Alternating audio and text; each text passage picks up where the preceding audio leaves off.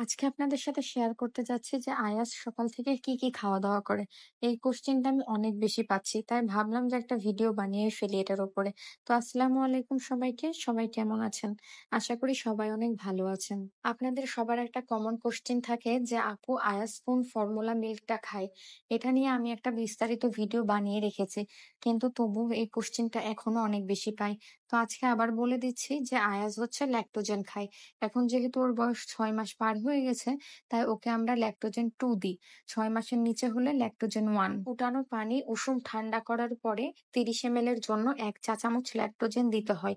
আর এই যে এইখানে যে চামচটা দিয়েছে এইটার ১ চামচ ল্যাকটোজেন দিতে হয়। এই প্যাকেটেও কিন্তু ব্যবহারের বিধিগুলা লিখে দেওয়া আছে। আর আমি এই তো আয়াজের জন্য নতুন নিয়ে এসেছিলাম। ওর দুধ শেষ হয়ে গেছে। তো এখন এটা আমি ওর কন্টেনারে ঢেলে নিচ্ছিলাম। আয়াজের যেহেতু এখন ৭ মাস পূর্ণ হয়ে গেছে, তাই ওকে এখন আমি দিনে ২ বার কমপ্লিমেন্টারি খাবার দিয়ে থাকি। একটা সকালবেলা আর একটা দুপুরবেলা। ভোরবেলা উঠে আমি ওকে আগে ব্রেস্ট ফিড করাই। এরপরে আমি কলেজে চলে যাই।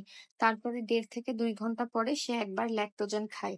তারপরে আবার ১.৫ থেকে ২ ঘন্টা পরে সে একবার তার ফার্স্ট কমপ্লিমেন্টারি খাবারটা খায়। এখানে আমরা ওর জন্য গাজরের পিউরিটা বানিয়ে নিচ্ছিলাম। এটার জন্য গাজরকে প্রথমে অনেক ভালো মতো সিদ্ধ করে এইটা হচ্ছে একদম ম্যাশ করে নিতে হবে।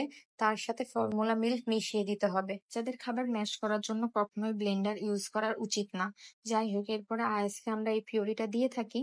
কিন্তু যদিও এখন আর ওকে দিচ্ছি না, কারণ এইটা খাওয়ার পর থেকে ওর একটু পেট খারাপ হয়ে গেছিল, মানে এইটাও হজম করতে পারছে না। কিন্তু গাজর অনেক বাচ্চা ইজিলি হজম করতে পারে।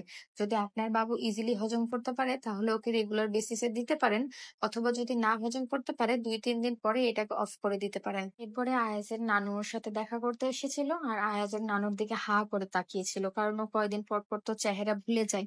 যখন নতুন আবার দেখে তখন এরকম অবাক দৃষ্টিতে তাকিয়ে থাকে। এইভাবে আয়াজের কমপ্লিমেন্টারি খাবার খাওয়ার পরে আমি যখন কলেজ থেকে চলে আসি, তখন ওকে আবার আমি ব্রেস্ট ফিড করাই।